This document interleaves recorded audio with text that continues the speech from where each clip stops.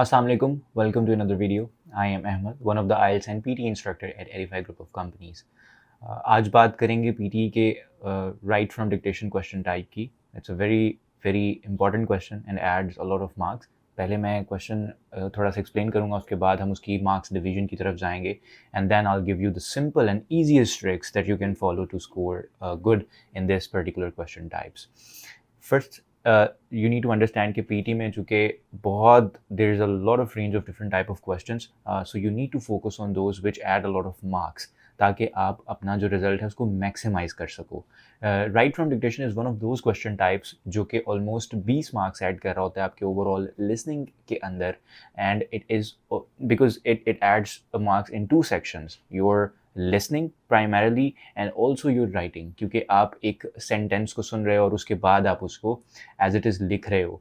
उसमें आप जितना एक्यूरेटली सुनी हुई चीज़ को लिखोगे और उसमें जितने कम स्पेलिंग और ग्रामर मिस्टेक्स होंगे उतनी ज़्यादा आपके मैक्सिमम मार्क्स आएंगे. तो इसमें पार्शल मार्किंग है, मतलब first thing you can also understand from this point of view के अब पार्शल मार्किंग का मतलब यही होता है कि आप अगर हम किसी भी दो सेक्शन में मार्क्स ऐड हो रहे होते हैं तो वो डिवीजन हो जाती है. तो इसमें वो वाला सीन नहीं है कि आपको 0-1 वाली चीज़ सिचुएशन नहीं है. जितना आप ठीक लिखेंगे उतने की पार्शल मार्किंग है, और जो गलत होगा ऑब्वियसली उसके आपको कोई मार्क्स नहीं मिलने वाले. इसके अंदर इंपॉर्टेंट है कि आप कंटेंट भी कवर करो और आप स्पेलिंग मिस्टेक्स भी मत करो. 3 to 4 क्वेश्चन टाइप्स आपको एग्जाम में इसके आते हैं, और जैसा कि मैंने पहले भी मेंशन किया, it adds up to 20 marks in the overall test. तो इसके ऊपर फोकस करना इट्स वेरी इंपॉर्टेंट. अब बात करते हैं टिप्स और ट्रिक्स की कि आप किस तरह से इस क्वेश्चन टाइप में मैक्सिमाइज़ कर सकते हो अपनी मार्क करने की एबिलिटी को. तो पहली चीज़ तो ये है कि obviously when you are listening you are taking notes. तो मेरी पहली 2 टिप्स जो होंगी वो नोट टेकिंग से रिलेटेड ही होंगी कि आप उसमें इफेक्टिव नोट टेकिंग कैसे कर सकते हो. पहली चीज़ ये है कि कभी भी सेंटेंस का जो स्टार्ट है और एंड है वो आपने मिस नहीं करना, उसको बहुत गौर से सुनना है.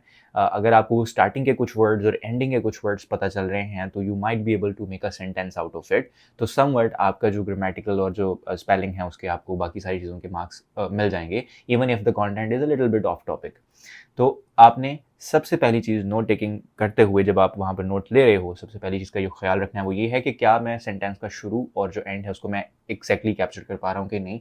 और इसके लिए obviously you have to practise a lot, right. And then there is the second part of taking the notes is that you have to be very effective and agile in it, which means कि अब आप जब note ले रहे हो तो ज़रूरी नहीं कि आप पूरा वर्ड लिखो. आप सिर्फ If you want to apply in any university in any country, Canada, USA, UK, Sweden, Malaysia, just simply log into edify.pk/apply and you will get a simple application form है, उसको आपने fill out करना. There is no application fees.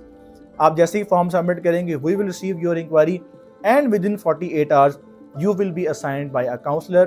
और फिर उस counsellor से आप बात करके अपनी असेसमेंट करवा सकते हैं, उनसे आप इंफॉर्मेशन ले सकते हैं. And we now have a designated portal system for all students. अगर आप किसी भी कंट्री में बैठ के, किसी भी शहर में बैठ के पाकिस्तान के अपना प्रोसेस स्टार्ट करवाते हैं, you will be assigned by a student portal, जहां पर आप अपनी एप्लीकेशन को ट्रैक कर सकते हैं, जहां पर आप अपना स्टेटस ट्रैक कर सकते हैं. एब्रीविएशंस और शॉर्ट टर्म्स यूज़ कर सकते हो और क्विकली लिख सकते हो, इस सेंस में कि जब आपको बाद में टाइप करना पड़े तो आपके अपने लिखे हुए नोट्स जो हैं वो आपको हेल्प करें कि आप उसमें से सेंस बना सको. इतना भी शॉर्ट फॉर्म्स यूज़ नहीं करने के बाद में आपको खुद समझ ना आए, लेकिन अब पूरा वर्ड लिखोगे तो कभी भी आप उसको पकड़ नहीं पाओगे. It's like single sentence and it's going very fast. So you need to be very smart about it, ठीक है. सो ये दो जो चीज़ें हैं ये नोट टेकिंग से रिलेटेड है. इसके अलावा जब आते हैं हम लिसनिंग वाले पोर्शन के ऊपर, उसके अंदर there is a trick that you need to focus on the words which sound similar, right. जैसे हम देयर और there are 2 type of there, THEAR and DHERE. So in there और देयर में कौन से वाला वहाँ पर यूज़ होना है, you need to focus on that. तो इस तरह के जितने वर्ड हैं जो एक तरह से साउंड करते हैं बट स्पेलिंग डिफरेंट है, और आपने ये देखना होता है कि वो कॉन्टेक्स्ट में कितना एक्यूरेटली कौन सा वर्ड सेट बैठ रहा है, तो उस हिसाब से आपने वो वाला वर्ड वहाँ पर लिखना होता है. तो ये आपकी थोड़ी सी कॉन्टेक्चुअल इन्फॉर्मेशन और नॉलेज जो है वो भी इसके अंदर बहुत मेजर रोल अदा कर रही होती है, right. Now, and another important factor that I would want you to give here is that you need to familiarize yourself with different accent ranges. PT में सक्सेस जो आती है in listening, it's very important कि आपको हर किस्म के accent की सुनने की थोड़ी बहुत आदत हो, और इसमें मज़ीद ये कि आप अपनी नोट टेकिंग एबिलिटी को भी थोड़ा सा इंप्रूव कर सकते हो। उसके लिए there is a tip for you guys that while you are practising, apart from your exams, या जो भी आप उसका मटेरियल या सिलेबस कवर करें, उसके अलावा अगर इन थोड़ा सा रैंडम और फन कंटेंट के थ्रू अगर आप सीखना चाहते हो, तो what you can really do is कि व्हाइल लिसनिंग द पॉडकास्ट और the news you can try to make notes. ठीक है, उससे क्या होगा कि एक तो डिफरेंट एक्सेंट सुनने को मिलेंगे, और उस एक्सेंट को सुनते सुनते साथ में आपको पता चलेगा कि मैं कैसे इफेक्टिवली नोट्स ले सकता हूँ। So this is one thing that you can do to improve your ability to listen different accents and familiarize themselves and also write what you hear. ठीक है, उसमें फिर आपको ये भी समझ आनी शुरू होगी कि किस तरह मैं किन वर्ड की शॉर्ट फॉर्म लिखकर और उसको किस तरह से यूटिलाइज कर सकता हूँ। तो ये सारा पर्सनलाइज हो जाएगा, और आप जितना उसको अपने लिए आसान करेंगे उतना ज़्यादा आप इफेक्टिवली वहाँ पर परफॉर्म कर सकेंगे।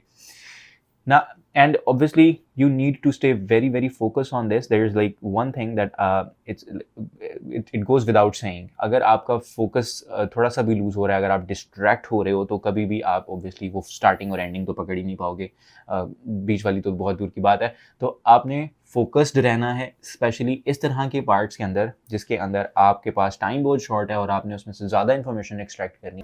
If you want to apply in any university in any country, Canada, USA, UK, Sweden, Malaysia, just simply log into edify.pk/apply and you will get a simple application form है, उसको आपने fill out करना। there is no application fees।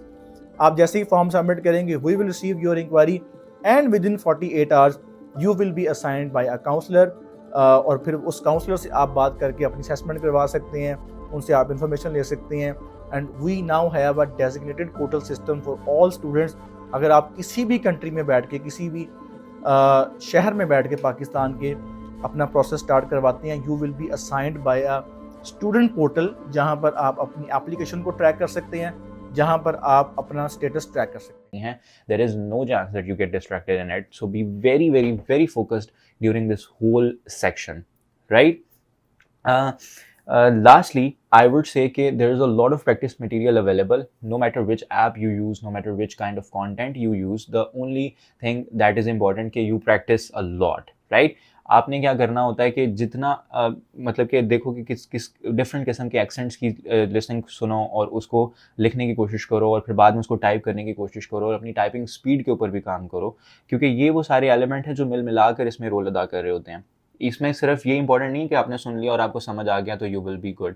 It's also the test of your writing abilities, right? तो अक्सर लोगों को समझ आ जाता है, उनकी लिसनिंग जो एबिलिटी है और उनकी जो लिसनिंग कॉम्प्रीहेंशन इंग्लिश की वो बहुत अच्छी होती है, लेकिन लिखते हुए अक्सर उनकी स्पेलिंग मिस्टेक्स हो जाती हैं, या फिर उन्हें समझ नहीं आता कि इसकी ग्रामेटिकल सेंस कैसे बनानी है, राइट? क्योंकि स्पीकिंग और लिसनिंग में समवट इतना हमें कोई उतना ग्रामर के हम बहुत ज़्यादा रूल फॉलो नहीं कर रहे होते हैं, लेकिन जब हम राइटिंग में आ जाते हैं तो obviously grammar plays a very important role, and also your spellings.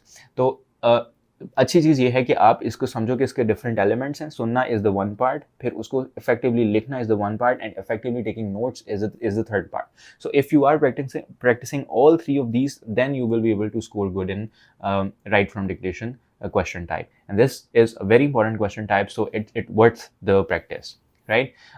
So these are few things that I wanted to give you about right from dictation question type. I hope this was helpful, and for more such information regarding PT or IELTS, feel free to reach out to Edify Group of Companies. Thank you so much for watching. Allah Hafiz.